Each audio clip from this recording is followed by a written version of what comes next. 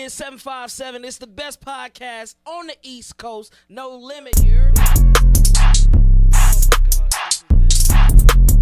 You have a schedule. That's a schedule. If you want to see, all right. So let's take the podcast. What the fuck? Yeah. God damn. And it was just so, and it's real. I'ma sit in that bitch like that. You feel? Black ass. You want a fortress? Dreadhead. Damn. No Limit Podcast with Shogun D-Lo. So you said it back. Let's start this over. Time and time again, we come back with the best of the best in the biz. You already seen first season, so you actually already know what the name is. But for the ones that don't, we are the No Limit Podcast.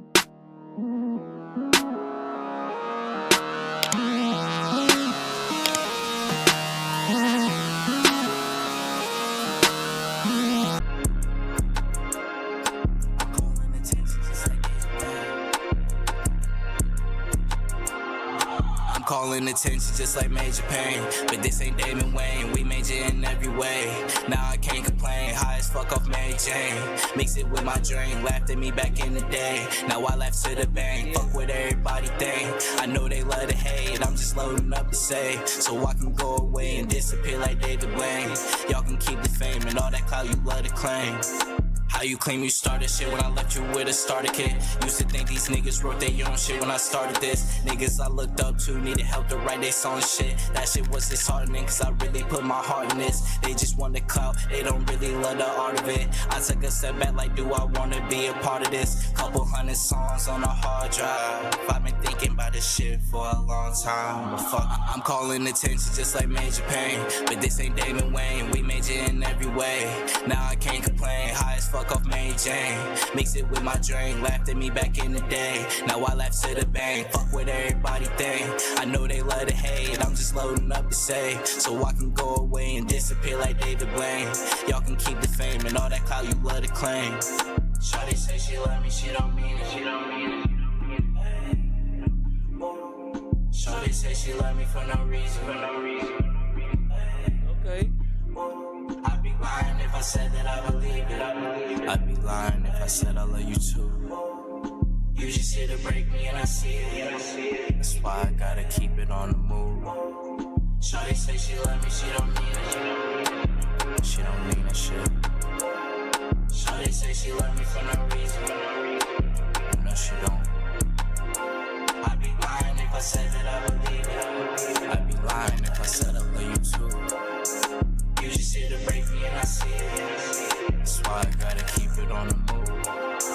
I'm calling attention just like Major Pain. But this ain't Damon Wayne, we major in every way. Now I can't complain, high as fuck off Mary Jane. Mix it with my drink, laughed at me back in the day. Now I laugh to the bank, fuck what everybody think. I know they love to hate, I'm just loading up to say. So I can go away and disappear like David Blaine. Y'all can keep the fame and all that clout you love to claim. Just like Major Pain, Damon Wayne, every way. Can't complain, Mary Jane, with my dream, back in the day, to the bank, what everybody thinks.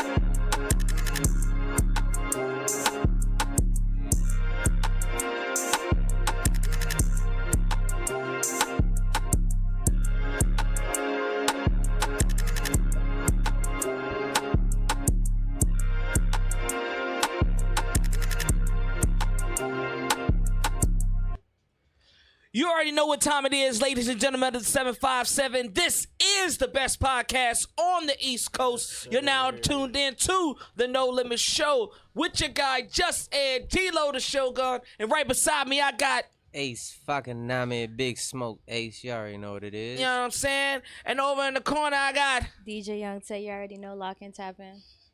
And tonight, like I say, we bring the best of the best of the best every week.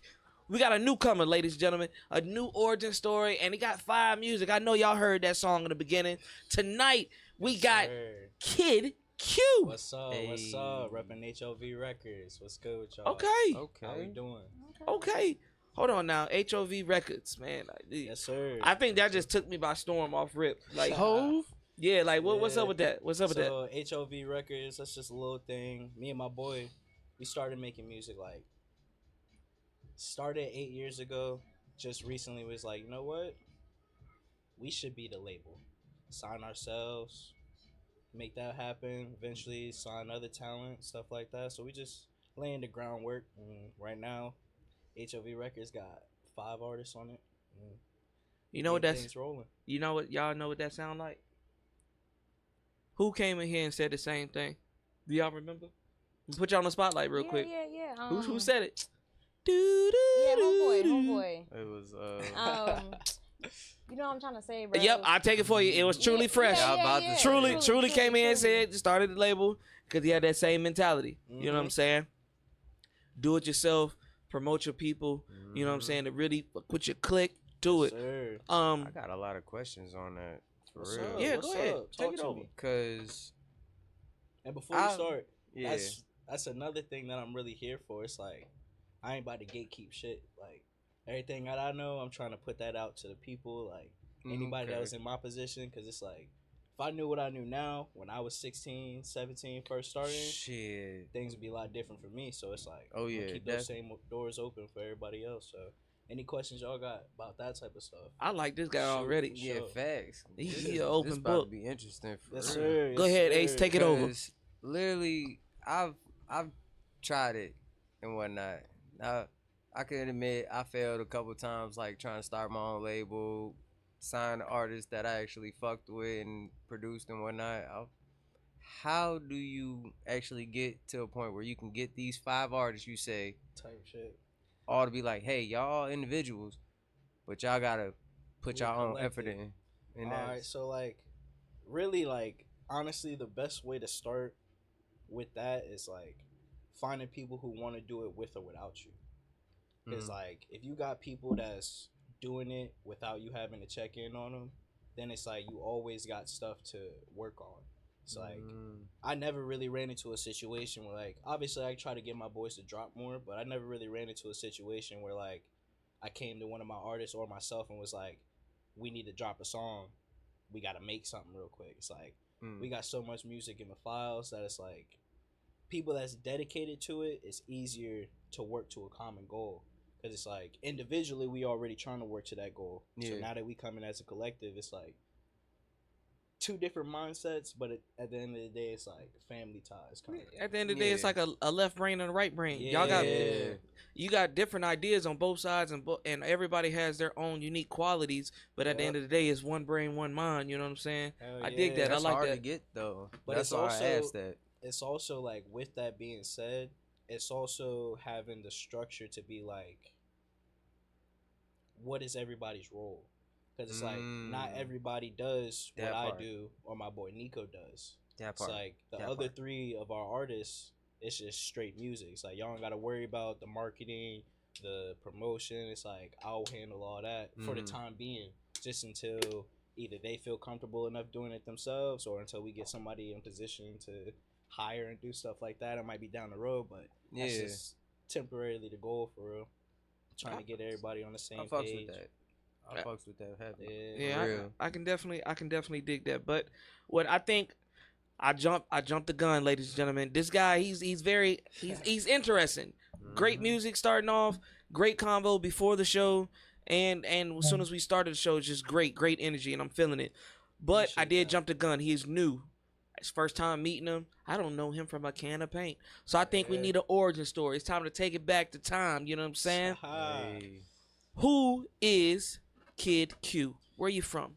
Man, KQ.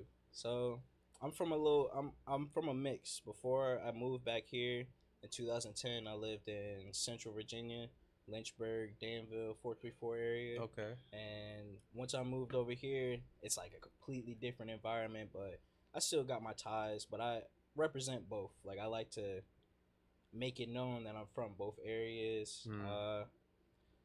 Come from a single mom, ended up she getting married, so that's how we ended up moving out here. And it's kind of like that's just the makeup of it all. It's like her doing what she had to do to get me into this position, and now it's just me making the best of it and continuing to do the same for my kids and stuff like that, and just so on and so on. But who I am,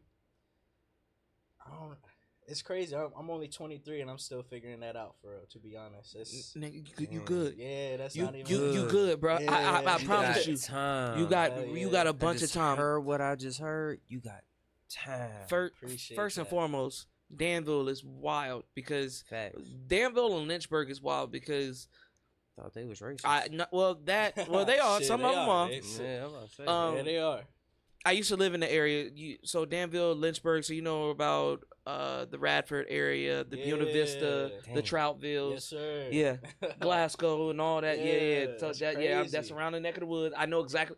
That's the boonies. That's the Boonies, sticks. yeah, sticks, Mhm. woods. So straight. being an artist or somebody with dreams or aspirations to be bigger, it's Mhm. very hard in those because they're looking at you like, hey, we've been like this for the last 60 Yeah, years. we fine out here. You know what I'm saying? We don't need change. They don't Yeah. want change. So At I all. trust and believe I understand where you coming from. But being 23, bro, you got so much time. Like I'm 29. Ace is a little bit older, and DJ Young Tay, she a little younger than us as well. But it's just like being young, and you know what your dreams are, or at least a path to go on, Yeah. or a certain direction. You're great. Like when I was your age, 21, I had my first kid. I was in the Navy still. You know what I'm saying? I wasn't thinking about music. I wasn't thinking about podcasting or Type interviews. All I could think about is making paper and pushing forward. You know what I'm saying? I'm glad you had that mindset, and that's why the No Limit podcast is where it's at right now. Because Damn if it right. was in somebody's hands like me at the age he at, shit. I was fucking. Yeah, well, Hey. see, I was out here hoeing. I was trying to be PG-13. And I had a baby. You know what I'm saying? Word. I was yeah. I was a trash I will say ass. that's one thing that I'm blessed with. I ain't have no kids yet. Yeah, see, don't stay As on that surprising path, as bro. that might be, because I know there's some people that's gonna see this. Nah, keep doing what They you thought doing. I was gonna be the on that. one to have a kid in high school, but hey, Nah, bro. Hey, look, I tell you. So I don't want to shun younger parents, and do your thing. Everything happens for a reason. God puts you in a place that you need to be when you need to be it. Oh yes, yeah. sir. But I will say, kids either make you grow up or slow you down, and slow you down in a good way, Mhm. because you might be fast paced. Facts. Like he said, I was getting money, and I was trying to chase everything with a skirt, Going. and God was like, you know what, you doing women wrong, Slow so down. I'm gonna teach you a lesson. I'm gonna give you a Yeah. daughter. Yeah. He Oh, didn't give me a son. He gave me a Mhm. daughter. He was like, everything that you did, everything you say, the lies about and that. coming up with things. Oh yeah. Now you got something, and he didn't give me a Meg, like off a Yeah. Family Guy. He didn't give me a Meg. He That's- gave me something. He gave you an Mhm. actual daughter. You know what I'm saying? that She was gave like, me you something looked at her pretty. and said, "Why? Yeah, Why? nigga, I'm Why? scared. And like every Yeah. time she goes to school, she's like, I'm killing "Yeah, Daddy, somebody." somebody wrote this note to me," and then I'm just like, Here God, we I'm go. sorry. Like I'm trying to Yeah. repent. Like give me 16 lashes or something. Like Dang I'm it. sorry. It gets better. You know you did better when the second kid come around though, and it'd be like, "All right, you get a boy now." Be like, Well, Yeah, well, that see, karma's starting to fix yeah, itself. see, with the boy, you start getting a little blessings with it, but but the boy gives you maturity though. Yeah. Like the son gives you that sense of, like, I gotta be a protector for my daughter, but as a you gotta when you teach get a son, him to be a Yeah. protector. you gotta teach him to be a man. So you gotta Mhm. reevaluate yourself to see, hey, am I ready for that? That's So what yeah. it's about, by all for real. means, if you're still chasing your dreams and you trying to figure out who you are as an individual, take your time. Hey, a 30-minute session ain't worth 18 years. Facts. Y'all both need to Big grow. facts. Whoever you dealing saying with, 30 minutes. That's because all these young cats out here with these blue chews. I'm and just shit. saying. I'm just saying. A session, Packs the fuck out. a session You're is sober, not y'all. worth. 3 minutes at maximum. A session is I not know worth some shorties 18 that'll years. vouch for it too. Yeah. But yeah, bro, you doing I respect it, bro. You doing the right thing. Keep moving forward. But I do gotta ask you though, yeah, what's up? because I used to say in previous shows I don't like the littles or the bigs. I like unique names. Mhm. And the We got a kid is kid. wild. Yeah. So Why is it wild? I told you in my shit though. The kid is something. I think the kid's coming back. but what does it mean for you though? So it's crazy. So like I've always gone by Q because my name is Christian, but it's spelled with a Q. Yeah, there we I'm about to go. So you had whoa, one of I them got- parents. Yeah, I got oh, one of them I got parents. threw So- off real quick. Growing up in school and stuff, there was always another Christian in the class. The easiest way to just defer the two, they called me Christian with a Q. Eventually, that wild down to just call me Q. I've been that ever since. And then when I started making music, I was like, when I first started writing stuff, the first thing me and my boy thought about was like, what's our name gonna be? And like me going by Q already, I think I was like 14, 15 at the time.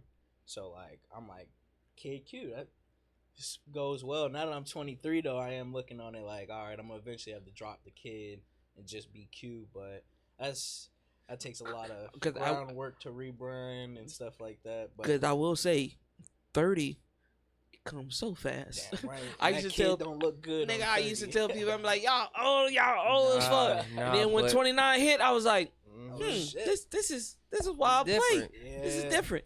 Start realizing shit don't work the same and shit. Your back start hurting a little more. You be like, what the fuck this come from? I'm noticing it now. Oh yeah, no. Especially after I go hoop. I'm trying to tell you, as soon as you hit 30 though, wait till a hoop session when you hit 30. You gonna hoop.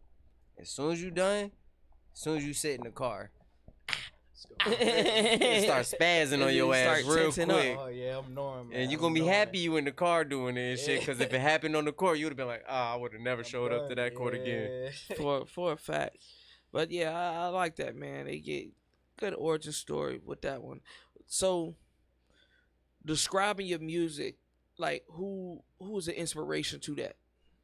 Wow, that's a big one. I told you we going off vibes. I told you that. I like that. I like that though. So I'm gonna be honest. I'm a real student of the game.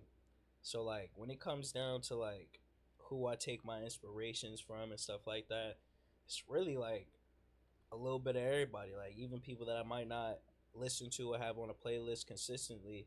It's like I love music so much that it's like I feel like I'd be robbing myself and the people that listen to my music to not try whatever I'm hearing that might go well with my stuff or might sound good to my audience that might not have heard something like that before. Because a lot of the times it's like I started out as just rap. So back then it was definitely like Kendrick's, Cole's, Drake's, Eminem, the real lyricists of it all. And then you see who he put first, right? I just want everybody to know. You see who he put first. Hey, I don't want to hear it. No, I don't want to hear it. We can talk about I was that like, too later. yeah, because we can get into it. Because Cole said something. He said something after the fact. I don't care. I didn't want to talk about both of y'all because I was going to lose a brother. Shut your light-skinned ass up. That shit pissed me off. That's some light-skinned ass shit to say, bro. The 7-minute drill was fire too. Yeah, exactly. He could have just kept that. Yeah. Nah, because it could have went deeper. That's why it was like, bro, I'd rather not go. Like, y'all still want that album, that Kendrick and Cole album? Type shit. Yes. That apology. I want my Black Friday. Apology. I've been waiting for Black Friday since I was his age. Might have saved it. You know what I'm saying? Because if he would have just bandwagoned on with Drake and been like, yeah, because I already made a fucking song with you, so I'm on your side. Yeah. You on the losing side, bro. The crazy thing I heard about that, Kendrick's supposed to be on first person shooter. He was. He said, fuck no. First person shooter. But I applaud him for not being on. Because he said, how you going to shoot me on my own shit? At the end of the day, he saw what Drake was doing. Yeah. Not everybody will see what Drake was doing, but that little first part of the song and then it's snake shit. End of the beat where it's like Michael Jackson beat it. No.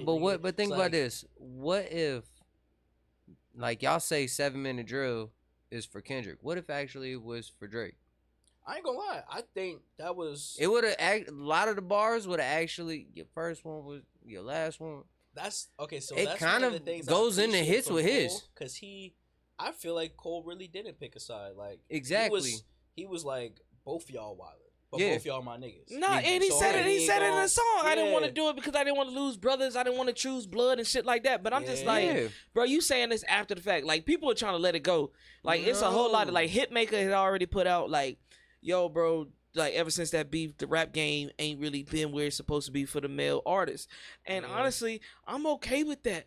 Fact. Because like right now, females, y'all killing they killing it. Dude. And I'm okay with that. No cap. Let them have their shine, bro. It's time for female artists, female rappers, singers, R&B singers, whatever. After it too. It's time for them. And Blocko said it last show. They better with collaborating with each other. They better with showing love with each other. They better with personality. That Yeah. too and shit. Too. I mean, like Yeah. it's The 'cause body they now is they- just extra. Yeah, Yeah. facts. It really is because Yeah. we look past a lot of that shit. A lot of these, we gotta think like we look past a lot of these female artists that have came out that looked fucked up in the face. Yeah. Let them get their bag, and then now they look bad as hell. Everybody on their Yeah. dick and shit. Can I say this though? And I know this is about to be off topic, but when you said bad in the face, she not bad in the face. I already knew she was some women. Don't diss somebody. No, outright. I'm not This is dissing. just- I'm not dissing. I'm just saying, and I want her to see this. Lizzo, baby, you looking nice. Like I always knew you was pretty. Like I always knew you was gifted. But you know, you losing the weight and stuff like that slowly but surely. I started looking at Lizzo and I was just like, I can see why Whack 100 said what he said. Like, oh yeah, she like that, bro. I don't know what it is, but she we give me them taking type the of bad- vibes. We taking advice from Whack. So no. I'm not taking advice. I'm just taking inspiration from the situation. So like back in the day, Jill Scott. Everybody was like, Jill Scott Yeah, big we as can talk hell, about- da da da. But then when Jill When? Scott got on the goddamn stage, and she was Yeah. caressing that shit. I was like, Dang. "Who? What's me going away. on?" She's doing something to me, but I've You always heard the song found, she was singing. Though. yeah, but I've always found Jill Scott attractive as a Yeah. bigger woman. She's always been Exactly. pretty. Yeah, Yeah. but then when I seen Lizzo, I was just like, "Oh, you pretty. You just bigger than I would like." But now that she's slimming down, it's just like I can really see it. Nah. You know, Yeah. that's all I'm saying. I'm sorry, That's Liz. messed up, bro. Yeah, How's that messed up? I'm sorry. I just never looked at her that way just because Lizzo gave me cousin vibes. She looked like a couple of my cousins, so it was like I never looked at her Lizzo that give way. me family vibes. Yeah, It's yes. Yeah. No, trying to Lizzo think. give me. Too auntie. No, Lizzo Too give me. auntie I for Two take her auntie or, home. like, We do what we far do, Cousin. and I'm gonna get a full course meal, See, that's and the I'm gonna thing. sleep so good. why everybody always see Lizzo as like the big girl? Like I don't even Cause she see is her. a big girl. I get It's the that. same- I get that. I'd say it's the same Cause- way we do Ross and DJ Khaled. We know we've been joking DJ Khaled for trying to lose weight for the past decade. And he used to be a And skinny still- nigga. and That's the and crazy you see thing. him work out. Yeah. That's the funny part. He not Yeah. no skinny nigga. He But was that's- skinny No. back in the day. Okay, He hold on, was no. skinny back in the So day. have you ever seen Terror What? Squad was a Have you thing? seen Shottas? Have you seen Yeah, Shottas? yeah. Have you seen Lean Back? So Shottas in that movie, bro, He when in that? Wyclef and him, they at the store, Yeah. that light skinned motherfucker, that was DJ Khaled. Like Yeah, that nigga, Khaled did used to be he skinny. used to be small. He just got Mhm. big and never lost it. Yeah. But said, I don't think he wanna be does like a the 30-second clip, and he'd be like, "Oh yeah, I'm working out. We eating healthy," and then that nigga go get a bag of chips. yeah. Facts. But I think it's just a My part of bag of embracing it. Like chips. there ain't nothing wrong with being big. Like Yeah. Lizzo big. She got who fuck with her. Yeah, Like yeah. That's what I'm fuck saying. with you, But it's like like- how you said what when he said we gonna fuck it and we gonna get us a plate. Like Yeah, like Yeah, he's like, we gonna get a plate. Yeah, like- I'm gonna be fully Okay, fed and okay. fucked by the end of the let's night. be let's Like, be honest. Let's be honest. You know she eat. same You thing know with she. Cash, though. some You know people, she eat. She cook. Some people just big from, and I'm not even trying to be funny, but genetics. Like some people are Yeah. just big from genetics. Nah, I get that, But but it then might we sound- seen. it might sound fucked up, but like at the end of the day, when you know who you messing with, it's like that's something that she would like, yeah. to keep it a buck. Like y'all do y'all thing, and then you order some food, or you be like, all right, I got the food at the door. She gonna like that. Yeah, like Yeah. that's- okay, That's so just so know, imagine courtesy. so imagine Rick Yo. Ross, right? She gonna Rick be Ross. she gonna be so That's happy that you real, did though. that shit. She gonna be like, Exactly. She gonna be word, you thankful. root Chris to the crib. You know what I'm saying? Yeah, So right. imagine Rick Ross, right? Rick Ross, bigger guy, right? He hit his session or whatever. The little skinny shorty that he had, you seen the plate she was making and it was posting on Instagram. Like, you know that's not gonna feed a big nigga. Like, come on now. Yeah, Exactly. Like, you know that's he not gonna probably satisfy you, fried like- her ass after that. Like, come He on now. had Like, says, and that's why you that know, shit didn't work out. That relationship was never gonna work out. And it's because a man, what they always say, is his stomach. Yeah. You can feed his stomach. You straight. You know what I'm saying? That's real. No I ain't gonna lie to is. you. Ed, That's a I'm real gonna deal. point the camera to you, and we're gonna go back to the interview. We're gonna give it. This is just a little segment. 'cause But if y'all go back, y'all look on Ed Pay. Ed used to be a skinny nigga, but after kids and shit like that, I was like, what's the purpose? Ain't- Like, I'm getting ain't- plates. When I'm getting healthy plates and I'm getting shit, I'm just like, oh, this is good. Like, you get fuck all that. Yeah, hey.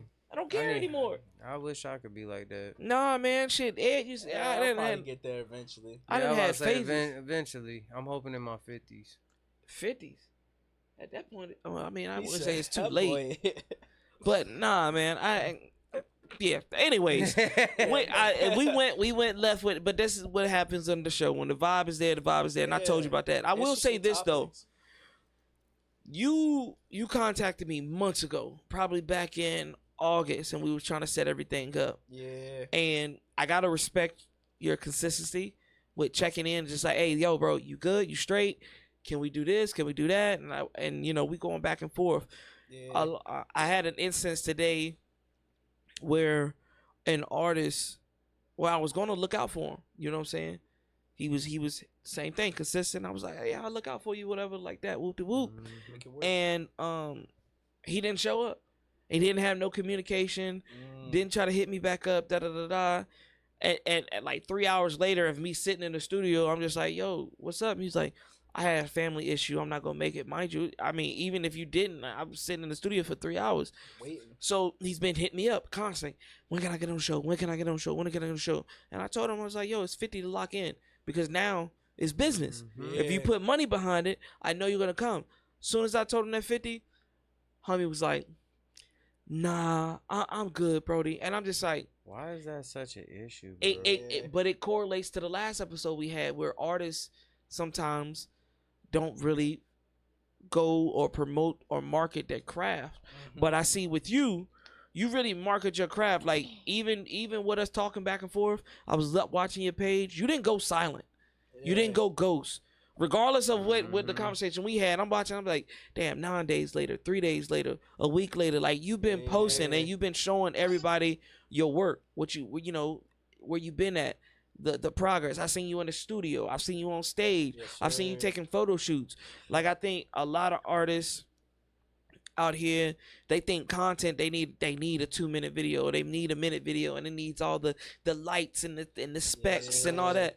But with you, it's just one of those things where I was just like, he taking pictures.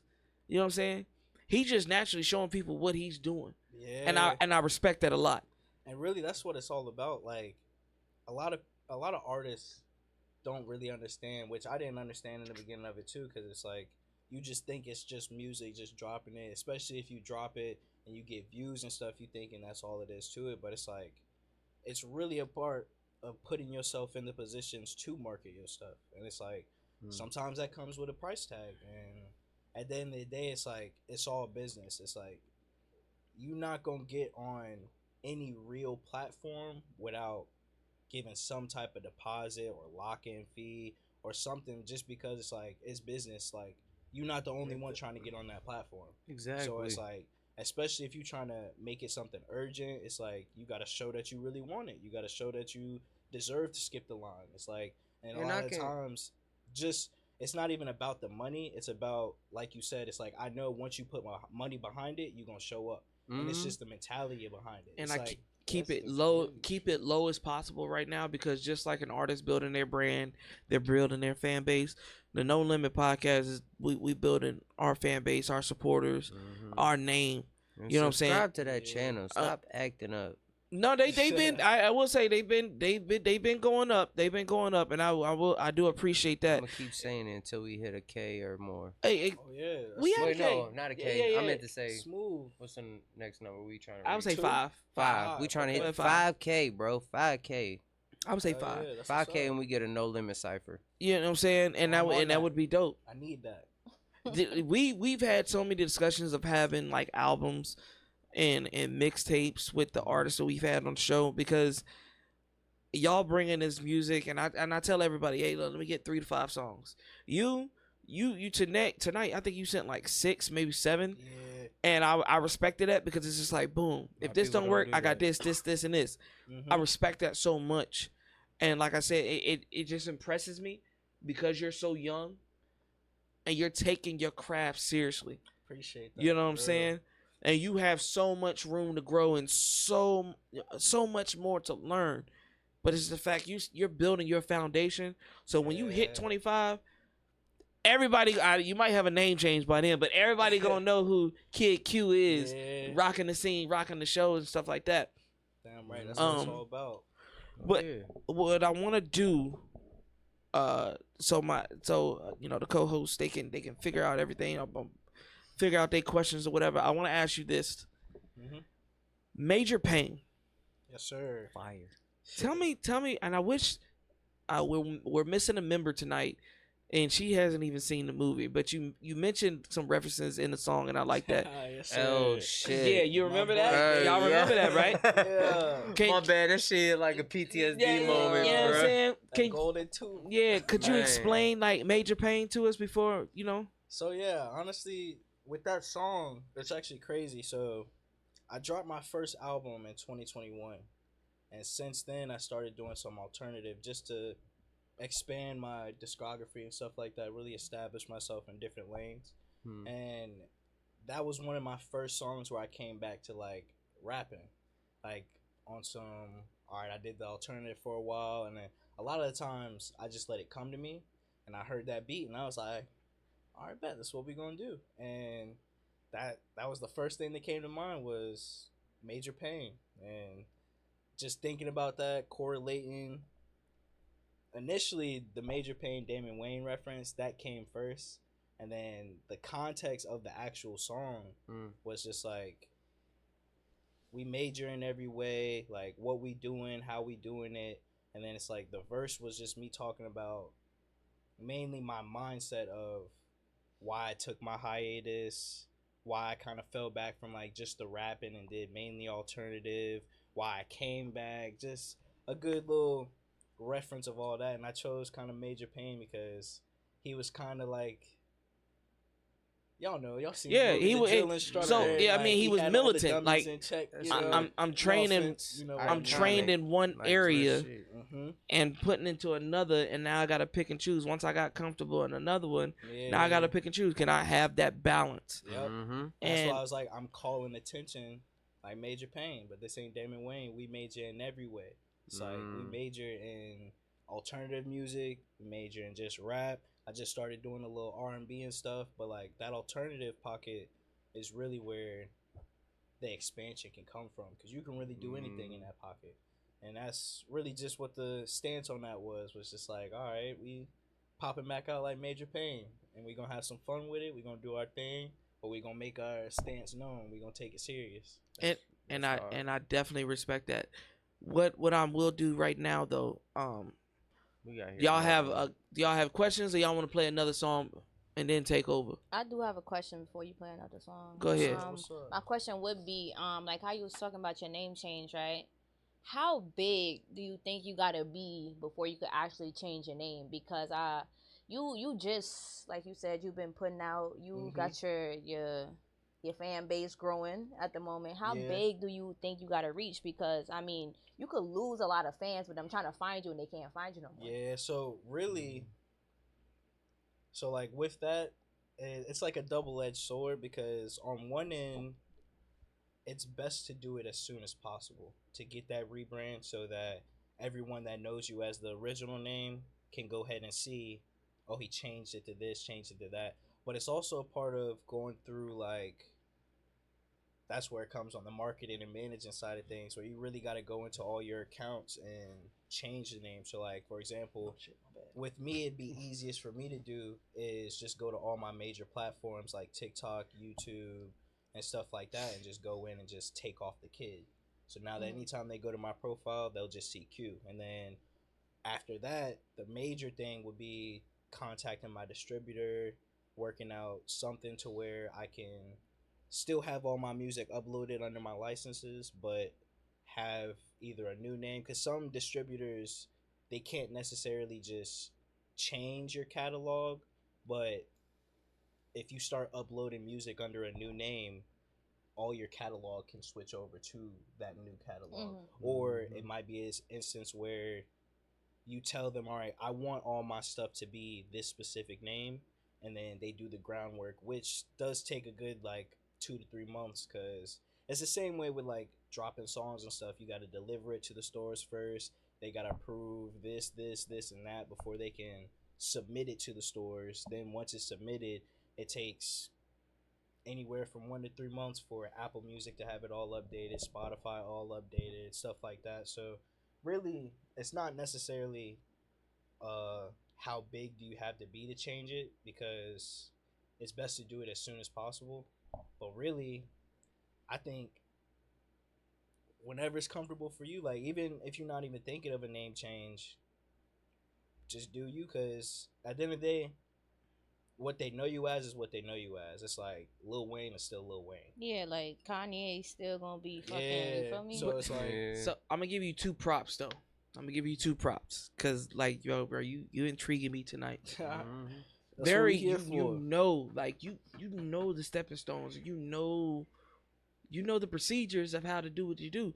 But to go off what you said, for a perfect example, Titty Boy. Who knows who Titty Boy is? Exactly. Me. You know what I'm saying? Yep. And Duffel when bag. Titty Boy changed from that to 2 Chainz, he took a little hiatus to switch everything, like you were saying. Yep. To get everything, okay, get this in order. That's still my aliases, you know what I'm saying? I'm still got the trademark copyright to it. And then next thing you know, I think I was in the 9th grade. So I would say that was like 2008, 2009. Mm-hmm. He just comes out of nowhere with that real gritty video, trash cans on fire. Oh, And it was yeah. like, I'm 2 Chainz now. Yeah. And I was just like, Oh, shit, okay, yeah. I like this change. You know what I'm saying? And see, that's another thing too, is it's really just understanding the game, because it's like the game is all the same. Like the same way you made your name and you made your stance as your original self. It's like once you get to that position to where you want to change your name, you can look at it the same way Titty Boy did. It's like just promote yourself as the new name. It's like you might need to take a break. You might not even need to take a break. You could drop something last week, and then this week, just take the time to make the content and to establish yourself as the new name. And really, that's all it is, because it's like it's the same process with everything: promoting, marketing, and then pushing out content. And it's like once you do that with the new name is gonna start sticking. Whenever they look up your new songs, the new name's gonna pop up first instead of the old name. Mm-hmm. Eventually, the old name is just gonna Fade water away. itself down, fade away. Can People I- that know you are always gonna know you as KQ, but the ones that know you now, they gonna know what you representing. Can I ask you this though? Like, Yeah. I'm not trying to put no pressure on you, and you could say I don't know or whatever like that. Do you have like another name in the loops of something that you want to do? Honestly, on some like experimental, I got a lot of things that's in the air, just because I do want to do a name change, but I also don't want to try to change it too drastically. So it might take the steps of, initially I'm trying to do just drop the kid and just be Q. And then eventually I might dabble into something else. But right now it's just dropping the kid, representing myself as Q. I only say that because, like I said, I've been dabbling, finding, like you said earlier, finding myself, understanding what I want to do with my life, how to pursue it, Yeah. developing a foundation. Just Ed, whatever you want to call it, you know what I'm saying? I was never just that in the beginning. Like in the beginning, I was Quest. I had made t-shirts and hats with Quest on it. Then I went by Ed the Don. Then I had so many different names, and then when I finally realized who I wanted to be, because I had that question when I was trying to be an artist, and I'm in front of label meetings, and they're just like, "So what's your name mean? Like, who are you?" And I'm sitting in front of there, and you got people out there that's like, "Bro, time is money." Yeah, they just looking at Like, you. you sit in a room with 15 people, and they're just like, I listen to your music. Describe yourself. And I hit them with the whole, just Ed is just me. Like, the Ed part is my initials. Like, and my initials are based off my parents and their musical taste and what I was brung up with.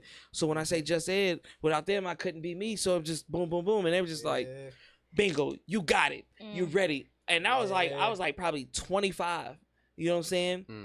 You know what I'm saying? When I finally realized what I wanted to do.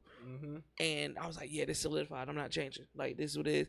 And then when I finally picked the name, that's when the whole copyrights, trademarks, and I'm just like, oh, there's another Just Ed out here, Uh-huh. and he's a DJ from New York, and he's pretty famous. And I had to talk to him, and you know what I'm saying, and he was just like, hey, okay, I fucks what you got going on, all right. I'm cool with passing the mantle. You can have the name, because we spell it just the same. Yeah. But I had to get to know him first. But it was like one of those moments where you finally grow up and you like, this is what I'm doing. This is what I'm standing by, and it is what it is. I just wanted to pick your brain a little bit because taking the kid off, and I know I was waiting for you to be like, well, I'm gonna be Big Q. You know what I'm saying? Yeah, something like that. But no, I'm really more so just thinking about taking the kid off. Yeah. But also, I'm not stressing too much about it because to touch on what you just said about how there's always other people with that same name, I kind of ran into that a little bit when I was first dropping music out of high school. There was another Kid Q on SoundCloud, and originally I was like we popping up at the same time, but over time, just like doing me and putting my work in, the work reflected itself, and it's like if you type in Kid Q, I'm gonna pop up first. And it's like that's really been my mentality until I get the copyright to get all that squared away to where it's like I'm the only Kid Q. I really just looked at it as like which Kid Q is gonna stand out, and it's like if they end up standing out more than me, I guess I'm gonna have to change my name. But I wasn't willing to let that happen. It's like y'all, they gonna have to take it from me, and that's kind of where I stood from on the other side too. It's like I'm gonna take that name because I wouldn't even say change it, bro. Because even with the No Limit podcast, first and foremost, we all know No Limit started with goddamn Master P. And like when I decided with the No Limit podcast, because I literally had an idea with it, and I was like, yeah, I don't want no limits with the interviews and the interactions. I want people just to get that raw feeling. Like we gonna show our mess ups, we gonna show our stuttering, we gonna show our imperfections, and we gonna have a good time. We're going off a vibe. And I told you earlier when I first started, I was so discouraged because I went to YouTube. There's like 6 other No Limit pages. If y'all type in No Limit Podcast right now, there's 6. There's a lot of them. But over time, I was watching them. I was like, well, they only post 2 times a month. I'm going to double that. Or they only do every holiday. All right. Well, they in Germany. You know what I'm saying? They in Mexico. There's one dude that goes, he a whole big brolic dude. He don't even post anymore. Yeah. You know what I'm saying? Then got the IG. And then when you get to IG, there's like 24, 25 of them. Yeah. It was just ridiculous. Yeah. So I had to take it to the point where I had to solidify the name, like that hashtag. So now every time you see that hashtag, we pop up. Yeah. And I love it. I love seeing not just myself, but the team. I can see DJ YT on there. I can see Ace Fakanami on there. I can see Germany Badass on there. And I'm just like, that shit made me feel good, bro. It makes you feel good when you solidify your hard work and you can see it. Like, the numbers might not be there off rip, but if I put hashtag so-and-so, boom, you right there popping up. Right. But what I'm going to do is now I'm going to give the audience a little bit more taste of your music and your versatility, because you said alternative earlier and it threw me off. So you got something that you sent me with that on there? We touch on the alternative.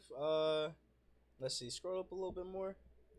I'd say Feel and Disassociation. Those are my 2 most recent. Which one? Alternatives. You pick. Come on, the people are waiting. Let's touch on Feel. Let's get it.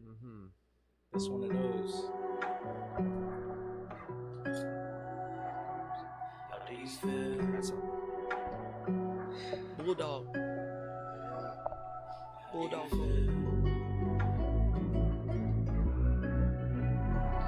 Tell me how you really feel. This actually is my. How do you feel? Tell me how you really feel. So I'm right there. Shit, I don't know. Lost, but I'm on go. cause I've been lost before, and I'm still trying to find my soul. They ain't give me shit, I had to do it on my own. Now I'm in my bag and only keep my loved ones close. I go hard for my fans, cause that's who love me most. Trying to make this shit sound perfect, y'all deserve this shit the most. But I'm still trying to find myself, and the truth is that I'm still trying to love myself. I've been soul searching, but now I'm back and they like, damn, that wait was so worth it. Cowabunga, baby, with the way these flows surfing. Now I'm back and I'm like, fuck it, show 'em no mercy. You can judge me all you want, but that shit won't hurt me. Shorty told me it's okay, you can't save everybody. Just remember, don't forget to save the real you. I don't talk about my pain, I'd rather sing about it. Just my way to let you know the real you. How do you feel?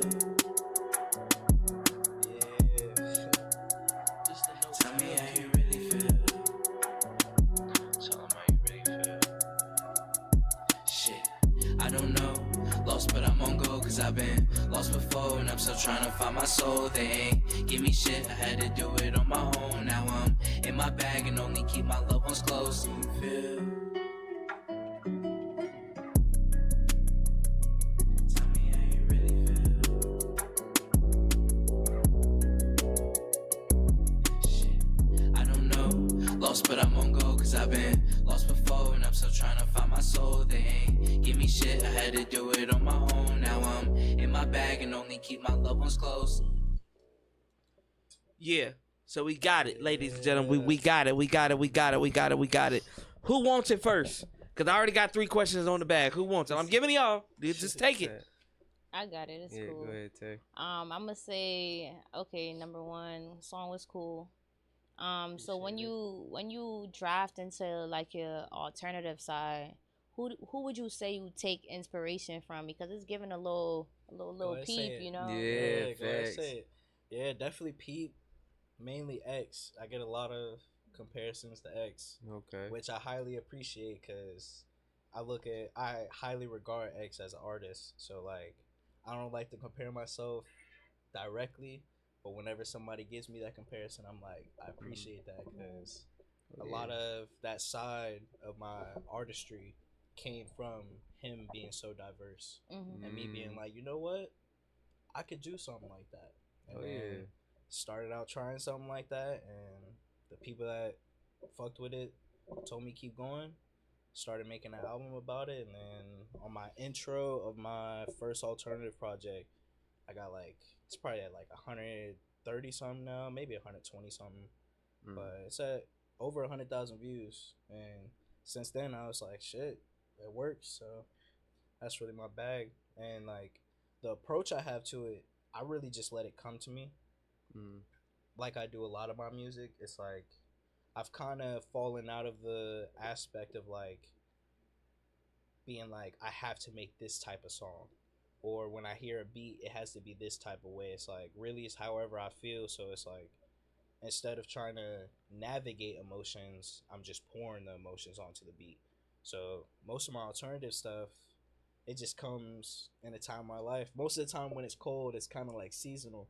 Once the cold stuff dies down and comes back around, I get that kind of urge to speak on like the deeper side of things, and it just clicks for real with this type of environment that we in. I feel that. Okay. Yeah. You know, the crazy thing about you saying that, I'm listening to your whole spiel. It's one of those things that kind of hit me because I was watching a documentary probably a couple years ago, and they were like, the people that are hurt the most and have the most to say will smile, and their energy will be vibrant, and people will you know, gravitate towards them, but not understand that that smile is pain, it's hurt. And so when you said alternative, and then you said you know, listen to X was hurt, and you knew he was hurt, and that's why he had so many people to relate to him. But then when you get to see him in interviews, he was always happy, he was always smiling. But to look at a person and see them cheesing, you see all their teeth, but deep down, you know, deep down inside, they're hurt. Like they've been through some fucked up shit. And I'm looking at you, and I'm just like, and then you ain't stopped smiling. You since haven't here, stopped smiling. But for a person to have some dark moments, it's one of those things where I'm craving the information, because I'm just like, damn, he went through some shit. Like, I've been through a lot of shit. A lot of it is just like, taking yourself out of it and understanding that like everybody go through shit. So it's like that same shit that I went through that is the origins of these said songs. I know other people have those type of feelings too, and it's like there's no need for me to harp on emotions that I'm not necessarily stuck with. But it's like if I can make a tune or say something that elaborates on that feeling and give somebody some understanding, like, oh, word. So I'm not the only one feeling like this, because it's real easy to feel some type of way and be like, damn, why me? And look at it like, why I always got to go through this? But for real, it's just a cycle of everything. Just everybody got to go through something. Everybody got to learn through something, and sometimes you got to learn ways the hard way. But the best thing that's another thing that I took from X, like the way he carried himself. I saw, because like you said, you can see through when you know that they're one of them too. Like you can see that, oh yeah, he hurting, but he out here showing love, doing all this stuff for everybody else, doing stuff for the kids, but it's kind of just him taking the responsibility to be who should have been there for him. And that's kind of just what I look at it as. It's like I'm kind of over that part of my life. Obviously it's gonna still stick with me, but I'm not in the position to just harp on that. I'm in the position now to elaborate and help younger individuals navigate through those emotions, and that's really what X taught me, really getting through all that, and him being able to be that person that he was off rip, that look at me X, the fucked up X with Ski and shit like that, but then drop stuff like Jocelyn Flores, shit, the whole 17 project. It was like that was some real maturity out of him, because it takes a lot to be that rah ass person and then settle down and be like, look, I deal with this too. We can talk about it, and this is how I feel when I'm going through it. And it might not be pretty, but that's one of the beautiful things that I liked about X's introduction to 17, where he was like letting it be known. It was like, look, if you can't face your demons, if you can't sit in the dark room and deal with the way you feel, you might want to leave now. You might not want to press play on this album, because you might cry. And that's the beautiful thing about it. So, I mean, yeah, I feel that, because a lot of dudes in general, like we touch on dudes. Dudes don't like talking about their emotions. Dudes don't like talking about how they feel. Right. So I want to ask how you feel about. I call it the sad boy genre, like how we got Shit. Rod Wave out here, niggas like that just be making like sad ass shit. I mean, I know how I feel about it, cause Rod, I don't fuck with that shit. I just be like, bro, that big ass nigga just be singing about Sad about shit. breakups all Yeah, just I want feel love. you. He just wants some love. Honestly, I look at that as like, and not to take nothing away from him, because like what he's doing is great, but I take that as just him finding his lane, and not in a negative way, but complacently If it work, it relying work. in it. Yeah, Type shit, it's like there's no need for me to do nothing else, because this works. And that might be something where it's like that's what only interests him. So I can't knock him for not wanting to do some just rap shit, or do some love songs that's about being with a shawty and Instead we made her things breaking his right, heart. and yeah, stuff like that. So it's like I look at it as him just finding his lane, being like, you know what, I found my pocket. That's what I'm good at. I'm gonna stick with it, because not everybody has that artistic touch to dabble in R&B and rap, or rap and alternative. Some people can't differentiate, and so also as an artist, it's hard to look at what you love.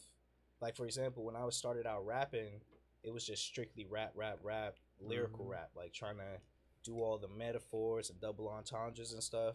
And before I started doing that alternative stuff, it took a lot for me to realize, like, okay, this deep stuff and this sad stuff, it can work on a hip hop beat, but the message might relay better on an alternative beat.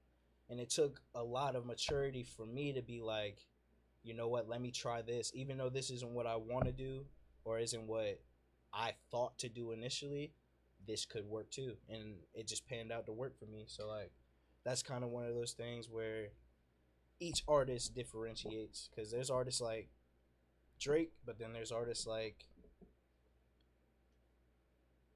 Finesse 2 Times, where it's like you're not gonna get no R&B, no sad stuff from Finesse 2 Times. Well, It's see, just the thing with that is the sad boy genre or era that we had.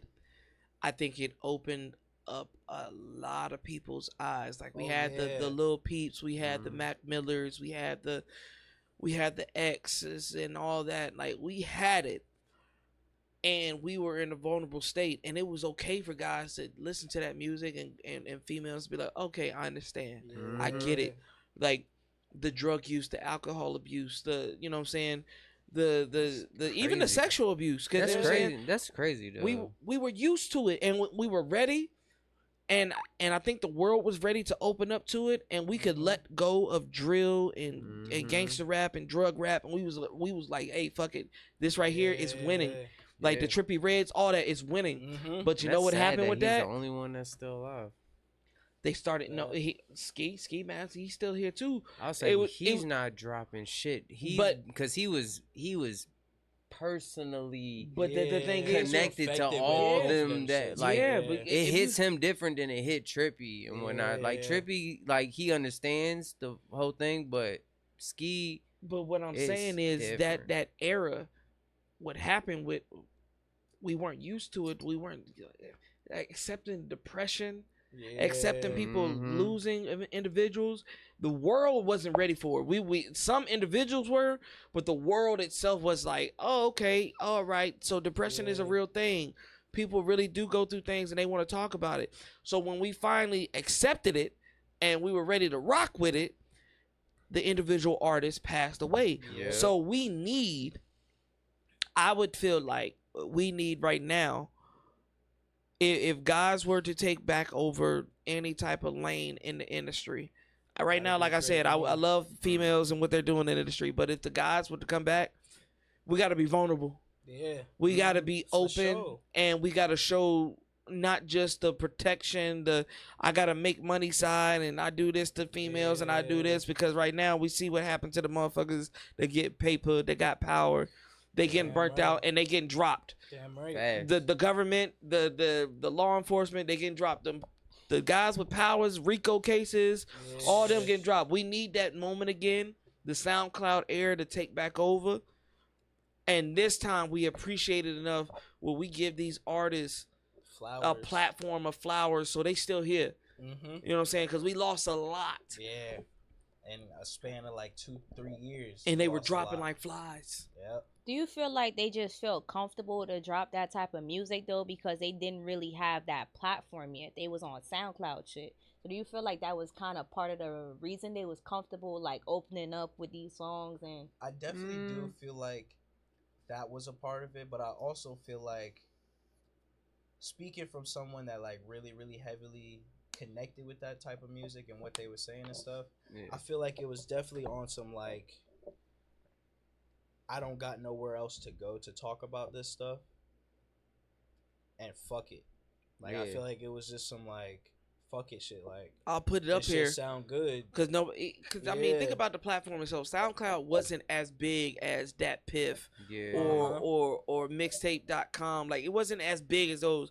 So you could drop a tape or drop a track on SoundCloud and people might hear it or they might not. You know what I'm saying? It just so happened that during that period when you dropped, people was watching, they was looking like it was like, who is this cat? Like, you've been dropping music since 2013, but I'm just now hearing about you in 2015. So they already had albums, they already had mixtapes.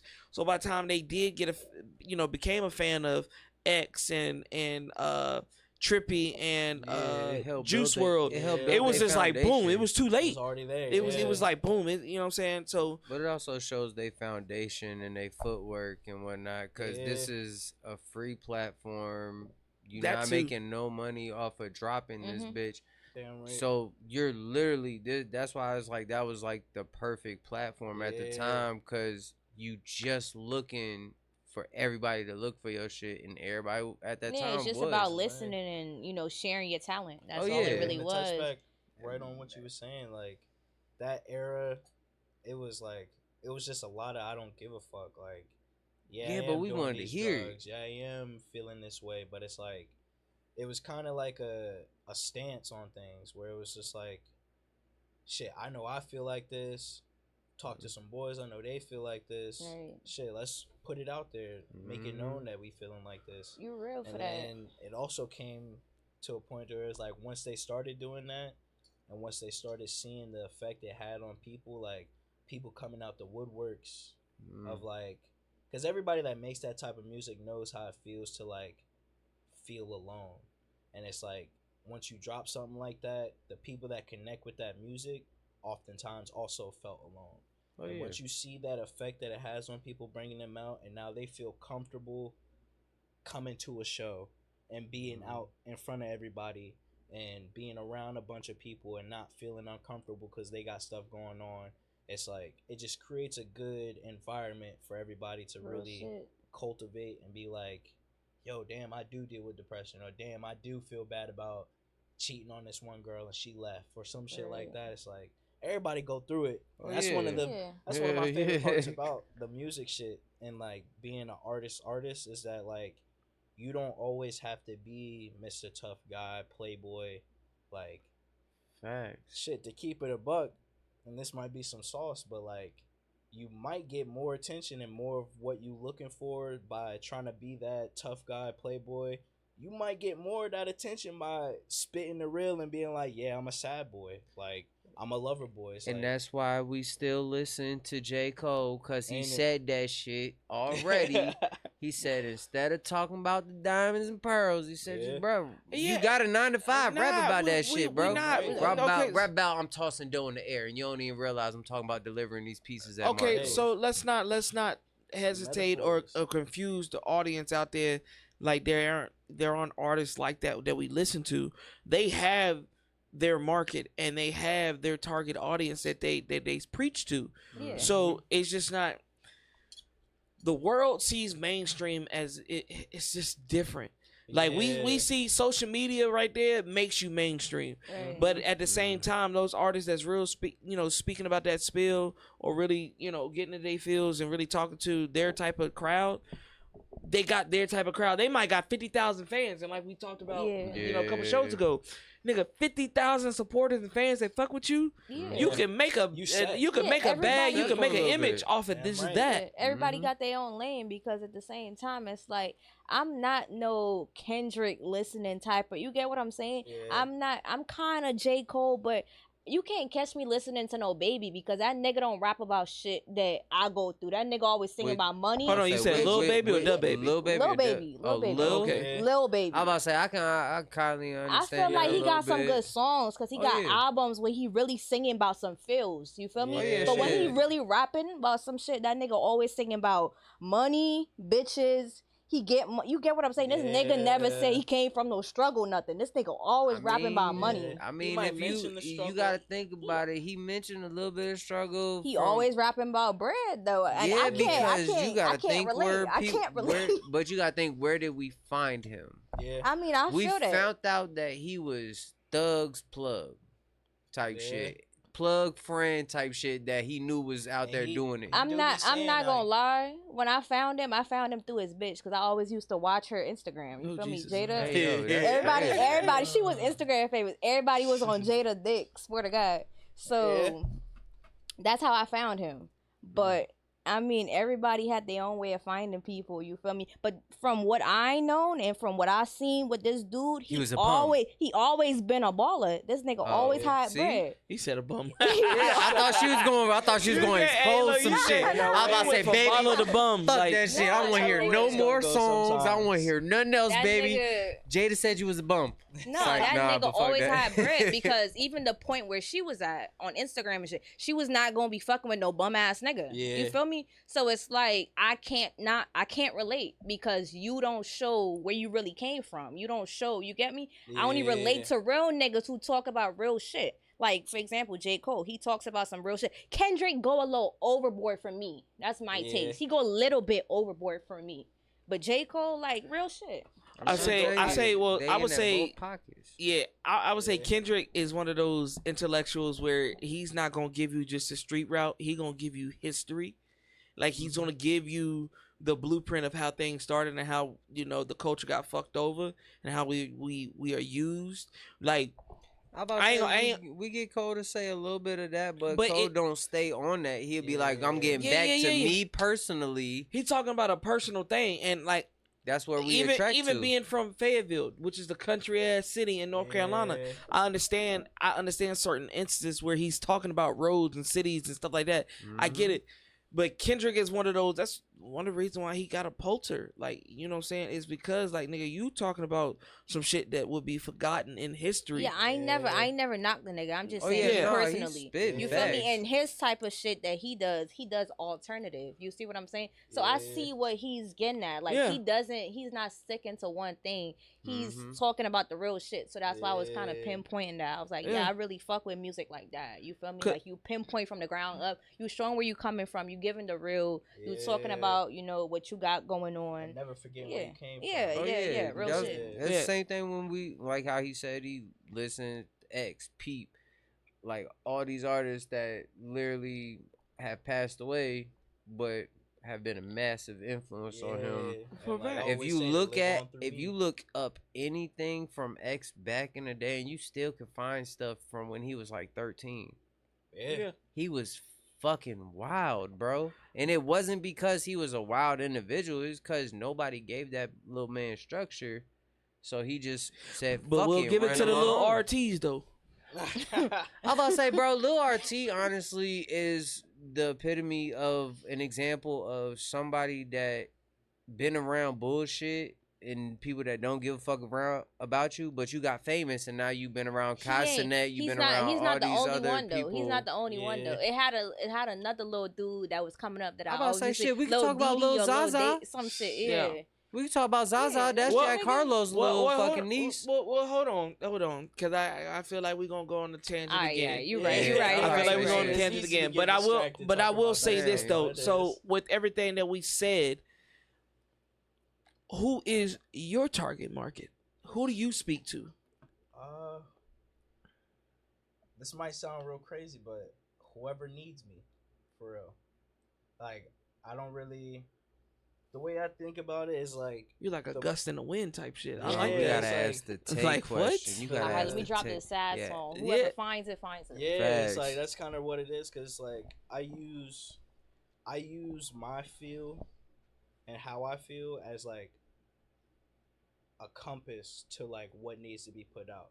So like I take it as a sign. Like when I get an urge, like if I get like a real urge to drop some alternative, I'll put the rap stuff on the back burner for a good couple weeks just to get that out, because it's like, in my mind, that urge is somebody needing it.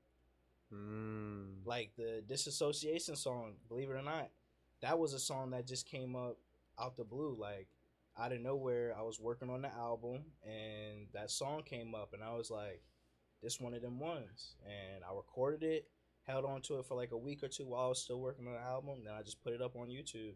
And it's got like 2,200 views right now. A little over 2,000 views right now. But once I dropped that and like I saw the result of it, I was just kind of reassurance on like, yeah, like however I feel in the moment, that's going to be my compass to what I need to put out. Because I like to cater to my audience regardless of putting a label on my audience. You know what I mean?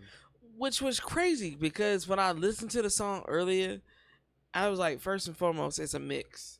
So it can be played in different locations. It can be played and it was different from the other songs that I was like, when you make a mix and stuff like that, you kind of like, hey, look, I give this song enough hope and enough pride where it can go everywhere. Yeah, so I respected you on that, because when I listened to it, I was just like, this man sent me a mix. I'm gonna have like 3, 4, 5 songs on here, but it's just one song. Yeah. But you give it all. So, ladies and gentlemen, I think what we need is a little vibe session real quick. How y'all feel about that? This is a No Limit exclusive. Yeah, there you go. Let's get it. We gonna work on that damn energy. Sound like a commercial. Hey, man, sometimes you got to.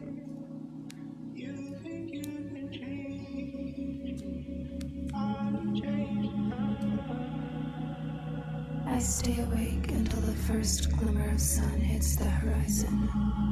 I am afraid of the dark. No one to talk to, only my own thoughts to live with. My mind going to dark places. Welcome to disassociation, where we take off all the mask and let the pain breathe. Welcome to private locations, mixing liquor and Mary Jane to help the pain ease. Welcome to the abyss of all of my thoughts and the darkness, it really raised me. Whoa. That's why it's always so easy for me to hop right back in this bitch. I might snap in this bitch and ignite, light up a pick and get high, moving like locomotive. They envy me and I notice. I try to hold my composure, can't help it. There's just some shit in life that's gotta get dealt with, so check it. It's middle fingers in the air, but people praying on my downfall. I don't even care, and I can say that with my chest. It's middle fingers in the air, but people praying on my downfall. I don't even care, and I can say that with my chest. Welcome to disassociation, where we take off all the mask and let the pain breathe. Welcome.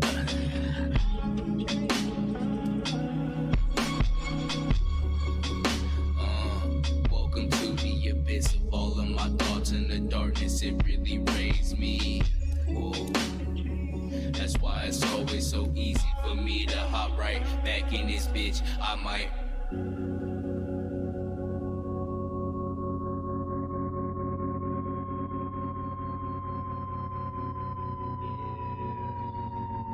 Yeah, nah, that right there, bro. Like I said, different tones, different type of energies. I ain't gonna lie, I fucks with that.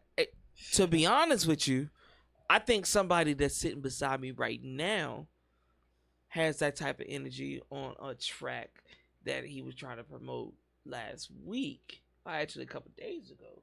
Word. And I think you know which song. Yeah. You talking about when I sent the broski? Mm-hmm. Dang, that's crazy. Yeah, nah, for That real. vibe right there is I was about to crazy. say, yeah, cause I'm definitely trying to come out with some artists that kind of do that whole vibe of being able to express pain, being able to come out of their box, Yeah. and actually see that, like, cause I had a whole problem, like the whole song he talking about is like a whole problem with me self-medicating and then trying to show love to everybody else Yeah. without showing myself. Loving yourself. Yeah. So it's kind of one of those. And then my cousin did the same thing with a song called Dead and Gone, where it was like, don't nobody give a fuck, bro. Till you dead and gone. There you go. And I just want to reiterate, because he was like, I need a female. Nah. No, I might need a. Yeah, that right there was a way. Hey. I stamped it because I listened to it and I was like, Ace, this the guy right here, he tapped into his element. And that right there will be a dope track. Dope track. Shoot, I'm always open to work. That's what I'm saying. Even how you know a lot of artists be like, okay, yeah, I need this feature from this person. You could still drop a female on there, but you could have different versions. You could have alternative versions. You feel me? You could do it in your own way, because at the end of the day, music is music. You do it your own way. Oh yeah, damn right. And that kind of goes to one of the lines that I was saying, like at the end of the hook, when I was like, that's why it's always so easy for me to hop right back in this bitch. I might snap in this bitch and ignite, light up a bick and get high. It's like, that shit, it's like, it's always there. Yeah. It's just something to tap into. So facts. when I'm doing the rap stuff, I'm just tapping into that. When I'm rapping or I'm doing the alternative, I'm just tapping into that. It's like, that's really a part of the whole concept as a artist that does so much, just because it's like, if I go a couple months without dropping some rap, trust and believe the boys gonna be like, yo, when you gonna drop some of that stuff off on us? And if I go a little bit too long without dropping some alternative, they gonna be like, yo, I need that.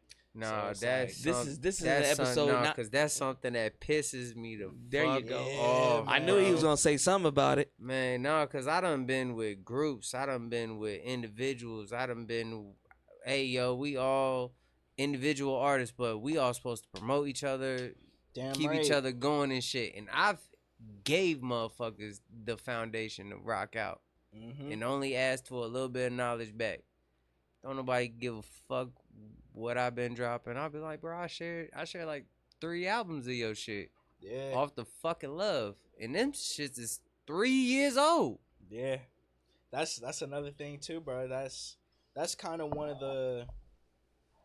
of the things that I had to let go of is caring about who shares my stuff, Mm-hmm. because it's like the energy will get reciprocated. Like I know what it is with me, so it's like whatever love gets shown to me, I'm gonna show that back. Oh yeah. And it's like at the end of the day, they gonna post it if they want to, and they gonna post it if they really fuck with it. And a lot of the times, it's a part of that separating business from personal.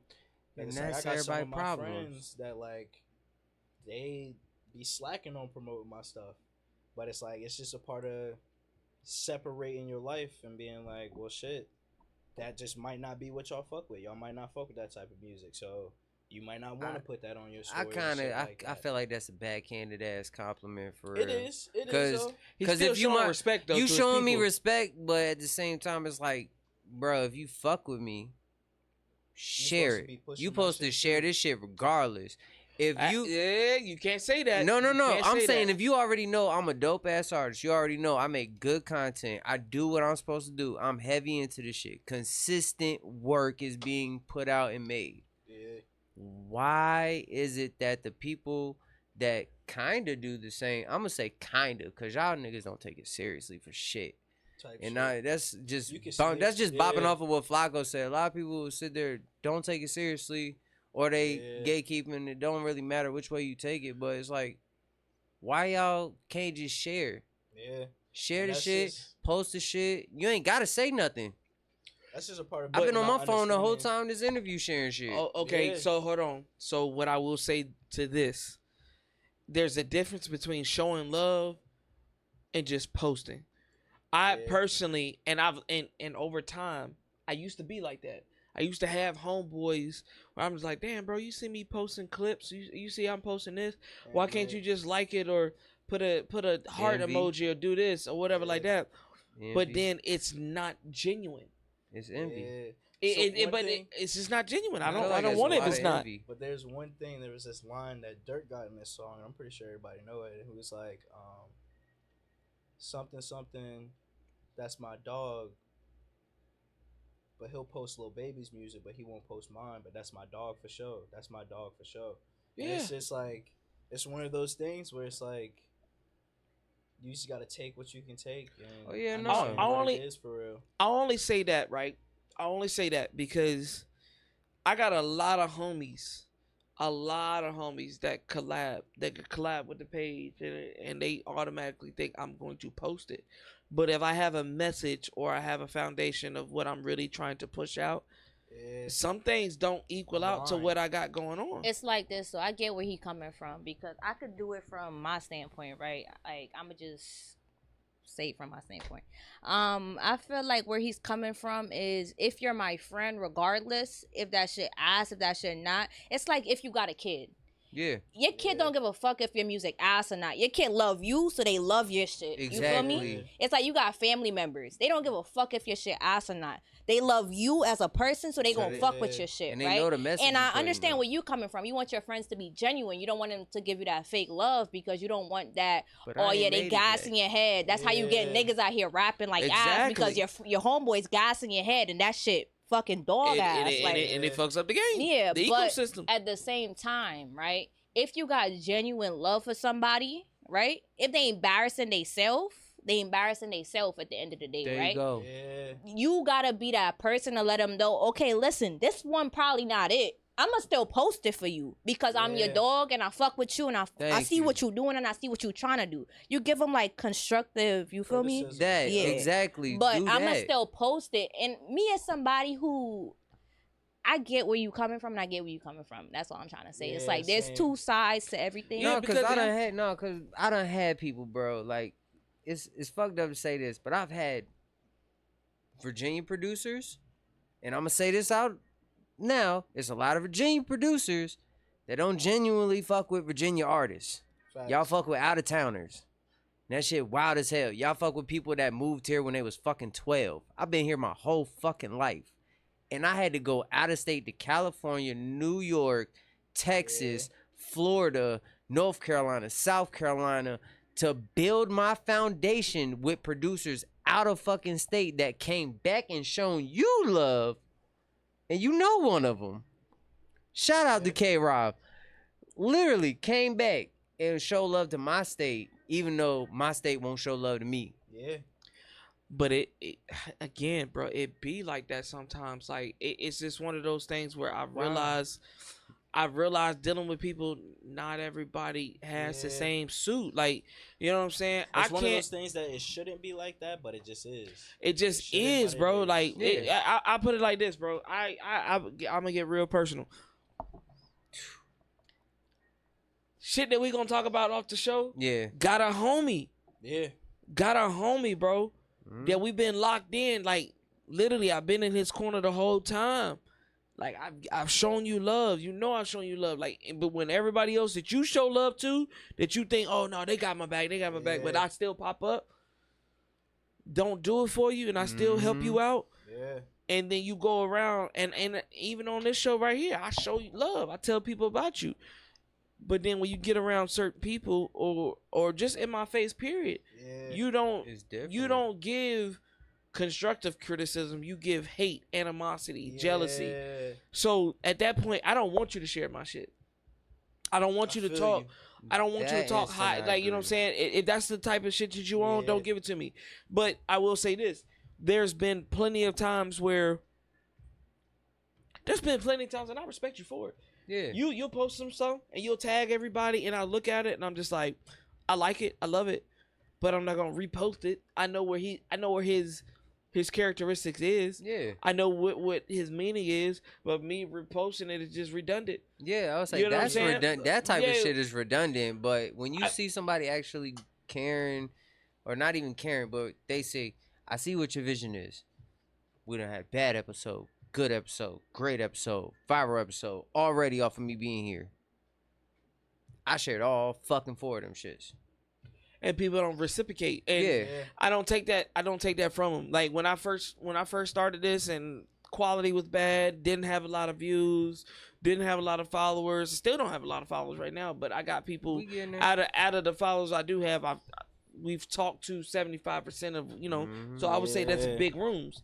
I mean, I've filled these rooms up with 50 to 60 people, and it get packed, and people like, damn, what they got going on? Exactly. So I already know what it would look like with the genuine people I love. But at the same time, Boy, I'm fucked up. Oh, he got hit with the spill. That's all right. Yeah, look. But it's just one of those things. It's like, it's all right. It's okay. I had a homeboy that I went to the Navy with. I call him my brother. Been around my kids and everything, but when I first started podcasting, he was just like, "Oh yeah, so you doing good with your little podcast, right?" Yeah. And I took You it don't like, know damn, how many fuck, little bro. And I podcasts? Was understand you "Ah." so fucking hard for that. Like, and you might feel the same way for like having a label with 5 artists and shit. Stop downplaying somebody when they grinding. Yeah. Stop that shit. Like, you might not be the most popular DJ. You might not be the most popular artist. This might not be somebody's favorite fucking podcast. But at the end of the day, why y'all gotta be like, little podcast, little DJ show, little fucking music going on? Like, bro, keep saying that shit. That's how you get hit in a diss song, and it be a fucking fire ass diss song. And then next thing you know, now we viral. I wouldn't even say diss song or disrespect or anything like that. Still, I give you props. I give you love. I hope you win. But just know when things get bigger than what it is, and then the gratitude yeah. and the gratitude comes and Would hey, you- bro, when can I do this? Hey, when can I get on the show? Pay that Hey, bird. when can I get this? That And energy you gonna be charge me? reciprocated. Yeah. Are you gonna do this? Yeah. Yeah, because I would I say remember shit. when I was trying to grind and I didn't get that love, that genuine love. You gave me I was love, gonna but say, you gave me petty love. It's also just like how Jim Jones. It's what Jim Jones. I keep saying this shit in my mind. Like he said this in the interview. He said, "I don't care if you don't respect me, but you're not gonna disrespect me." And disrespect is hard. Disrespect is hard, especially when you're a bigger person and you know you're Oh yeah. and you know you're golden and you know your energy's there. Disrespect hits us on a different level because we're just like, damn, I want to fuck with you and I really do, But I can't. but I can't. And sometimes, and it sucks. You seen that personally with And- everybody in this room. And it sucks sometimes. It sucks because I don't want to let you go. I don't want to kick you off this boat. But right but now to you survive. weighing this boat down to the And finish you ain't line. doing nothing. You just I- standing on you're the not boat even talking doing- about something. But you're Where not we even. going? When we gonna get there? You're not even Damn, wishing this the boat water moving out. slow. Damn, this boat. Yeah, we you on- got every we've been on this question boat in for this 2 motherfucker. years. It's like, okay, Yeah. well, you can go ahead and get off the boat when the boat reaches destination and it's everything I said I'm it drowning. would be. Help. Yeah. Like I can't. It's like I Honestly. can't. And it is what it And is. it's like knowing me, I'ma still be that motherfucker to be throwing out that little life vest or that little life circle to let them After a stay while, you afloat, gonna see that. drag them into you shore, see. and all that. But it's like you can't be a part of And the and unit no more. and I love that, and I love it. You're 23. Like I said, you're a young dude. I'm still in my 20s. I'm holding on that threshold of 29. But if I can give some type of advice to anybody out there that has that same mentality and have that same type of love that they give to people that don't get reciprocated back, let it go. It Yeah, hurts. real When you shit. rip a Band-Aid off, it's hurt. It hurts. Like Damn shit. right, but it'll But- hit faster. But sometimes you got to, breathe. bro. And I'm Gotta just let it breathe. now, bro, in my years of doing this and helping people out, I'm just now learning that, you know what I'm saying, that, hey, it's okay. It's Yeah. okay for me to drop you. It's okay to let you go, to do what you got to do. Yeah. I wish And you it- the best. and it I wish does. you I gotta success. do what I But gotta it don't do. even gotta like how you saying. It don't even gotta be on some like I don't fuck with you and shit. But Yeah. me personally, like I got people that have been on this show. Personally, don't fucking like y'all. type shit, But musically, I probably got y'all in my playlist. and I support you. Exactly. So y'all finna get a play off of me. Y'all Yeah. finna get a share off of me. Y'all finna get all this genuine love. I don't Yeah. fucking care for anything personally that you got going to fuck on. Stay that shit away from me. Yeah. But at the end of the day, what you putting out here and what you're telling the world and this message is I fuck with it. bigger. Yeah. I You can fucks with support it. from a distance. Yeah, Yeah, you I can can support support from from a a distance, distance, and I yup. can make sure it's no hatred. Like I don't care. Yep. But don't sit there and when you turn And try to around, belittle. yeah, but when you turn around and be like, I see you liked my post, so how's your little podcast going? Now you kind of just Yeah. was like, You condescending. you Backhand- kind of, you backhanding kinda everything. taking it there. But that goes out for, that's just a life lesson for anybody out there that's going through it. We all go through it. We're going through it currently, in the past, Yeah, or we might go man. through it in the future.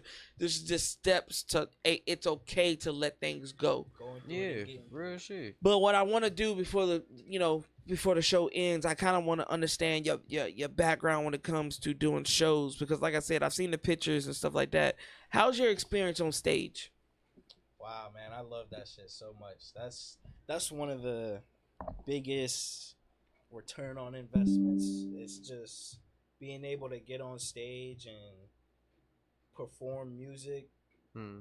that you know people are gonna fuck with, and then seeing them fuck with it, and then it's just that cycle of energy that just builds. It's like when you first start your show, it's like they don't really know you, they don't really know what you about to perform. 9 times out of 10, they don't know any of the songs that you about to perform.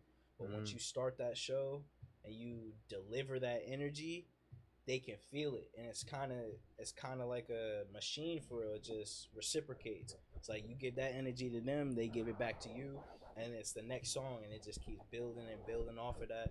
And that's one of my favorite parts of it. It's like being on stage and being able to connect with the people that either listen to your music or are about to listen to your music, or they might not even listen to all your music, but Might they be their fuck first with you time. enough to So come out and support. working and building that audience, Yeah. like live.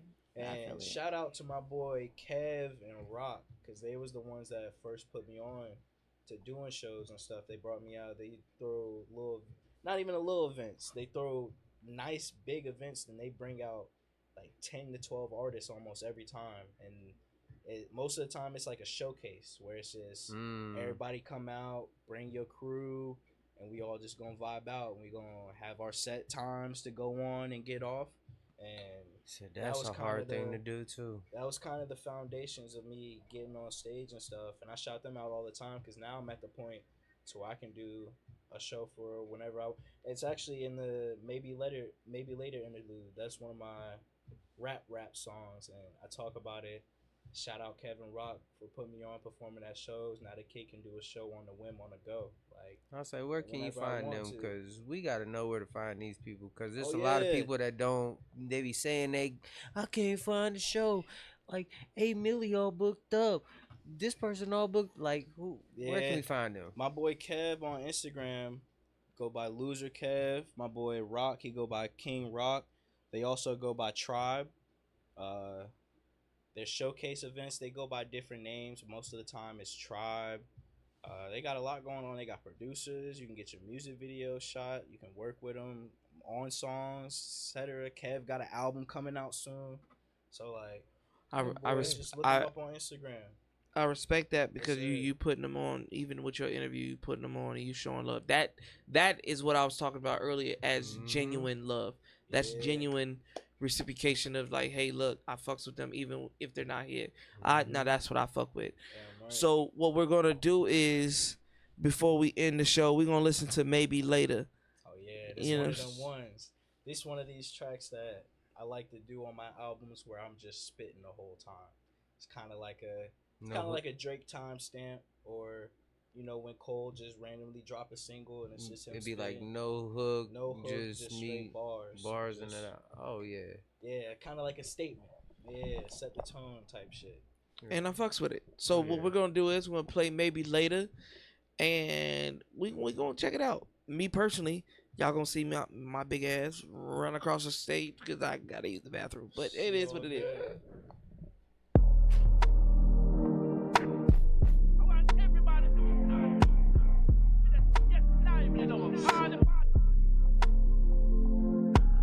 They like to say that I fell off, but I just been in my A. I drop a song about my pain and memorize what I say. Drop a song for all the homies so they got shit to play. Drop a songs for ballerinas in the club getting paid. Drop a song for all the souls steady dealing with pain. Yeah, I understand. Then I drop a song for all the haters steady praying on my downfall. The ones who left me hanging, yeah, I did this shit without y'all. Nico telling me to dial it back and then I spare y'all. Thankful he be keeping me in check, cause I got so much on my chest that I ain't never really said. And now it ain't about regret, but we ain't gotta speak on that yet. Maybe later. And I can't act like every time I drop his fireworks. I light a flick like Lil Wayne to make sure that this firework pop out at the car me, cause I love to hit the tire skirt. Pretty women in my section styling in they tighter skirt. Floating on this Don Julio, a different type of surf. I ain't even interested, this liquor made me lie to her. Now she think I want her, but I really don't got time for her. Time to make my exit, I won't even say goodbye to her. Sliding on the highway, just thinking about how time changed. Had to change my old ways, was getting in my own way. Thankful for the people that stuck with me through my growing pains.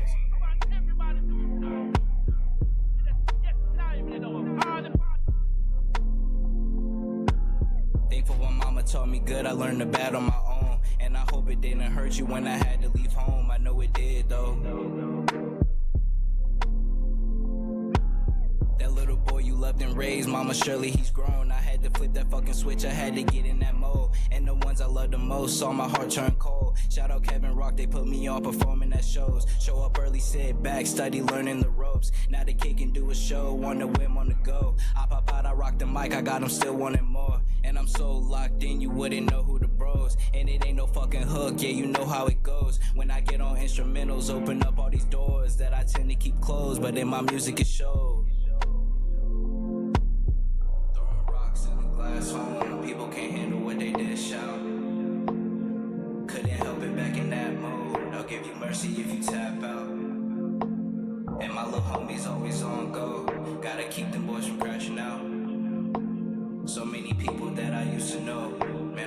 could've hashed it out.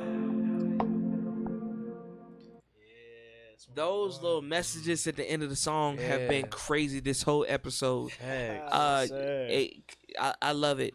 What I want to do for the audience and everybody out there, tell them where to find you and what's happening next. Yes. So, where to find me? You can find me on Instagram at I'm Kid Q. You can find me on all the streaming platforms as Kid Q with 2Ds, KIDD space Q. As my TikTok, it's got like 17,000 followers right now. God damn! Yeah, we're moving a little. Going up. Is Yeah, a you thing. can find me there on I'm KQ as well. YouTube, we pushing over 400 subscribers right now, so we're making our stance, as well as HLV Records on both YouTube and Instagram. That's like the label page where you'll find me and all the homies. Shout out Lake Boy Shino, shout out SG, Josh Young, my boy Nadir, Nakai Taka. We all I love the names. It seems like he got a lot of artists that might want to come and do their interview at No Limit. Oh yeah, for sure. Trust me, they Bring come him. next time. I told Bring them him. I'm gonna come, set the tone. But once I get them, I'm gonna let them know the rundown and be like, look, we're gonna come on and do our thing so y'all can promote yourselves individually. Oh yeah, definitely. Usually during episodes, I like to. I ask artists like, what kind of light y'all want, what type of vibe you want, in the beginning. I kind of set this and really didn't ask you because, like, I don't know. I was like, damn, I get tired of these colors or whatever like that. But the green and gold That shit pop. kind of solidified this episode because you real humble, real promotive, real green, just like real fresh. Appreciate that. Like real fresh, real deep. And I appreciate that, bro. And I told you before the show, like, it's a vibe, and the vibes were there for me. Yeah. Like the vibes was there, and I'm so glad that we finally got you in here. We got to listen to some music. We got to talk about some. I found another new artist that You I get know to what I'm listen saying? to. Yes, Onto sir. the playlist. A lot of Speaking things. to touch back on what you were saying, what's coming up next. Yeah. I actually got a lot of stuff coming up next. So if y'all look on my streaming platforms right now, y'all gonna see an album called 1.5 The Prelude. That's like the little sequel, but the intermission. Yeah, you see it right there. He got it on his phone. Bow bow. Bow, bow, Yeah. bow, bow. That's gonna be that's like the prelude for the second album, which is what I'm working on now. There's some sauce. I haven't really told nobody about it. Haven't really posted anything about it and stuff. Just little stuff that's saying that it's coming. But as of right now, I'm working on my Sorry for the Wait 2 EP. That's going to drop a couple more new songs from the album. Then we're going to start the rollout for number 2. And then after number 2 drops, I'm going to drop an extended version.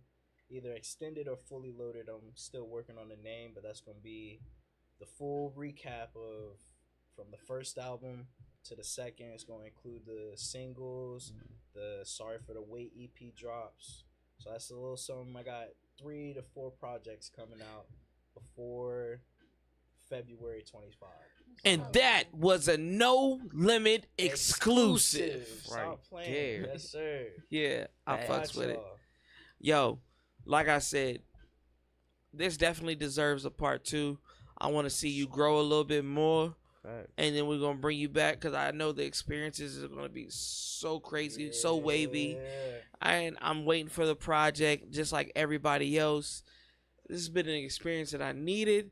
Kind of calmed me. Now, it was refreshing, but it kind of calmed me down. Yes. Just a tad bit. That's good. That's good. It calmed me down just a tad bit. But like he said, ladies and gentlemen, y'all know where to find him. Y'all know where to see him. These clips are coming out soon. It's going to get real deep with the clips. So I hope y'all prepared. Yeah. And till next time, ladies and gentlemen, peace. No limit.